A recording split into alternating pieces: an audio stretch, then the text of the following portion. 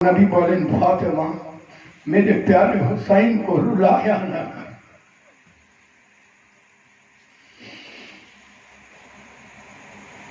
Okay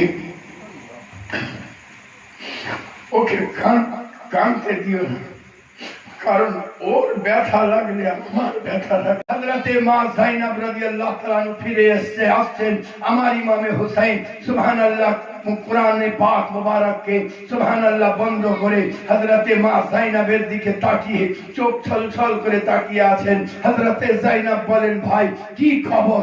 আপনি কোনো উত্তর না দিয়ে আপনি দুই কালাইয়ের মধ্যে চুমু দেন। হযরতে ইমামে হুসাইন যেমন চুমু দেন, সঙ্গে সঙ্গে হযরতে মা যায়েনব আপনার জুলফে আর আপনার গলা মুবারকে চুমু দিতে আছেন। আমার নবীর প্যারা নবাসা ইমামে হুসাইন বলেন, যায়েনব ই কি আদায়, তুমি আমার কপালে চুমু দিতে পারতে, কে তুমি আমার হাতে চুমু দিতে পারতে, গলায় চুমু দেওয়ার কারণ কি?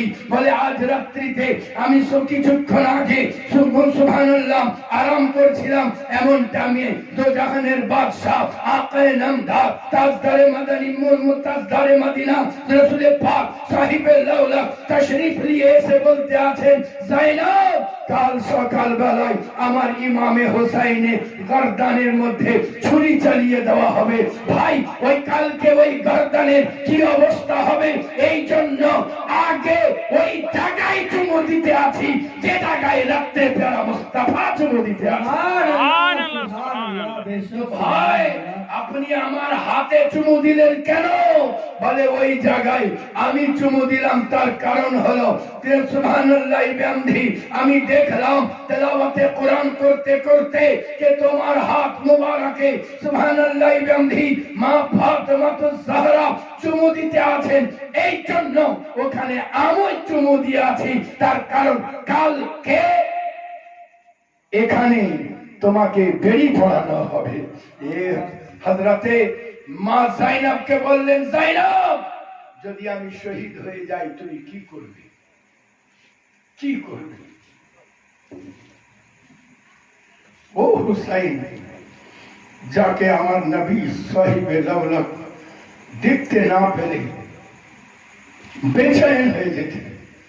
হযরতে মা ফাতেমাতুজ জাহরার ঘরে ইমামে হাসান ইমামে হুসাইনকে কাঁদতে দেখে নবী আমার বলেন, ফাতেমা হুসাইন কেন কাঁদে?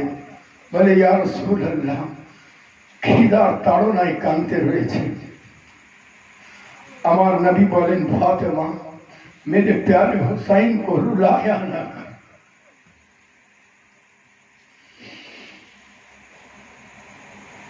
ओके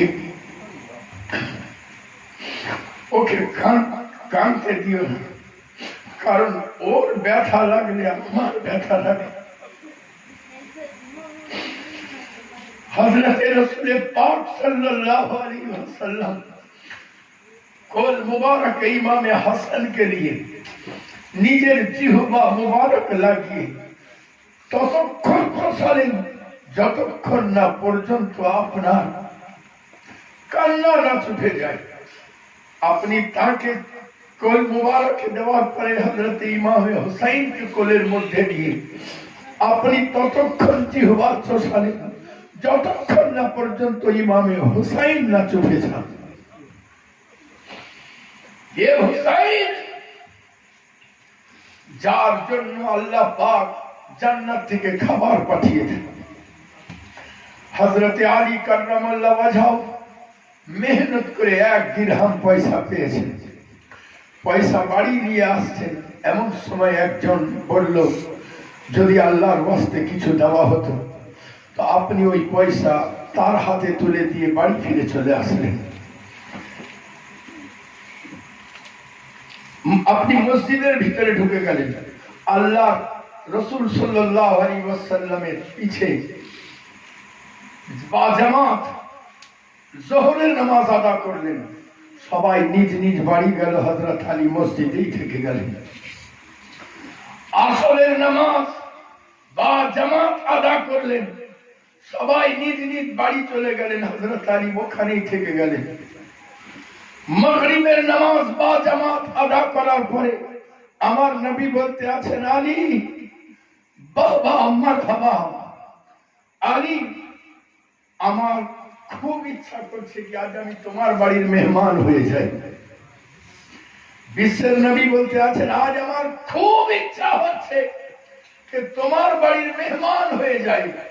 হযরত আলী বুঝতে পারলেন যে আমার তো কিছুই নাই, 1 দিরহাম ছিল সেটাও তো দান করে দিয়েছি, আর তো কিছু নাই। তবুও সঙ্গে সঙ্গে বাদাব আপনি আসলেন বাড়ির ভেতরে। হযরতে ফাতেমাতুজ জাহরাকে আমার নবী বললেন, ফাতেমা ওই দেখো যে গামলাটা আছে ওই গামলাটাকে নিয়ে আসো। মনে হচ্ছে যেন খুশবু বেরিয়ে আসতে আছে, নিশ্চয়ই কিছু আছে।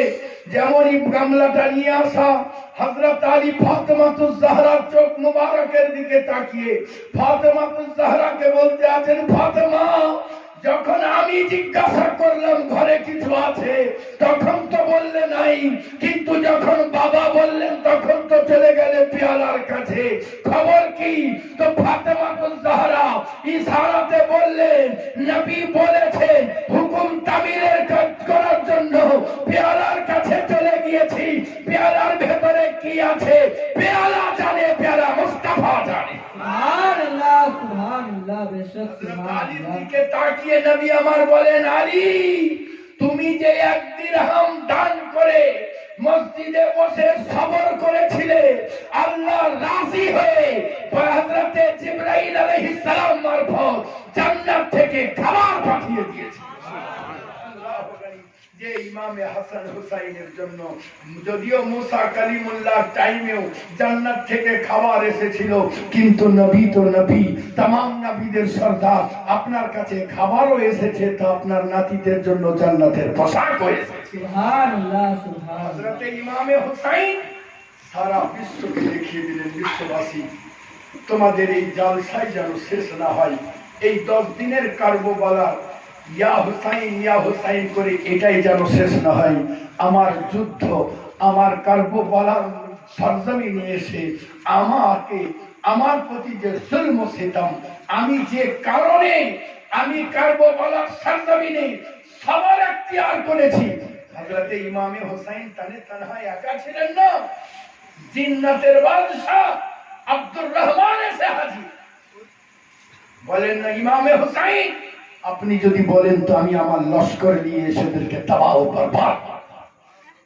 আমি ওই লোক যাদেরকে আপনার বাপ হযরত আলী কলমা পড়িয়ে মুসলমান করেছিলেন। সুবহানাল্লাহ সুবহানাল্লাহ। হযরত ইমামে হুসাইন বলতে আছেন, না আমি যুদ্ধের জন্য আসিনি, আর এটা যুদ্ধের সিচুয়েশন নয়, আমি হক আর বাতিলের পার্থক্য করতে এখানে এসেছি। বাস আমি হক ও বাতিলের পার্থক্য করার জন্য এখানে এসেছি। বাস আমি মকসদে কামিয়াব হয়ে যাই তাহলেই যথেষ্ট।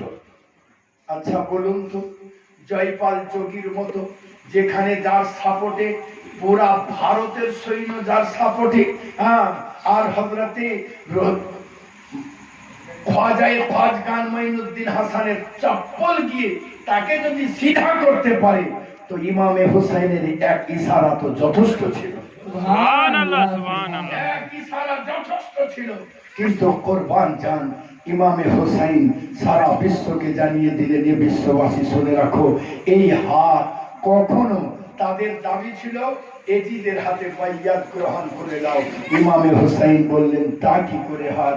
এই হাত কোনদিন গুনাহ করেনি, গুনাহগারের হাতে এই হাত দিতে কি করে পারে? সুবহানাল্লাহ সুবহানাল্লাহ। আপনি বললেন না মাথা দিয়ে দেবো কিন্তু হাত দিব না। লোকেরা বলে এজিদদেরকে বলেছিলেন মাথা দিয়ে দেবো, আরে এজিদকে কেন বলবেন যে মাথা দেবো? আল্লাহ সুবহানাল্লাহ, এজিদ প্যারা ইমামে হুসাইনের মাথা দেওয়ার যোগ্যতা রাখে। হযরত ইমামে হুসাইন বলেছিলেন মাথা দিয়ে দেবো কিন্তু হাত দেবো না। কিন্তু রাসূলের পাক সাহিবে লাউলাকের নাতি যখন আল্লাহু আকবার বলে হাতে তাহারিমা বাঁধতে যাবেন, এদিকে 20,000 সৈন্য, 1,20,000 সৈন্য, চতুর্দিক থেকে তীর মেরেছে, না সামনে থেকে পিছন থেকে তীরে আপনাকে ছান্নি করে নিয়েছে।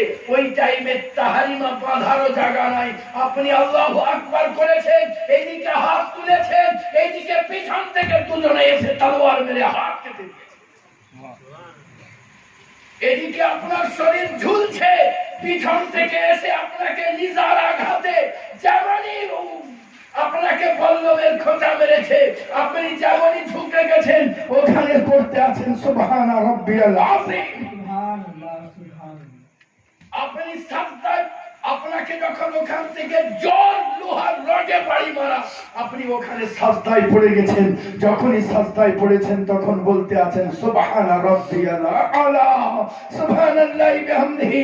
আল্লাহকে বলেন মাওলা, ওয়াদা করেছিলাম তুমি সাহায্য করেছো, আমি ওয়াদা করেছিলাম আমার জবানের খেলাফ হতে দাও নাই। মাওলা ওয়াদা করেছিলাম যে হাত দেবো না, মাথা দিয়ে দেবো। মাওলা তোমার রাস্তায় মাথা কাটিয়ে দিয়েছি। সুবহানাল্লাহ, সুবহানাল্লাহ।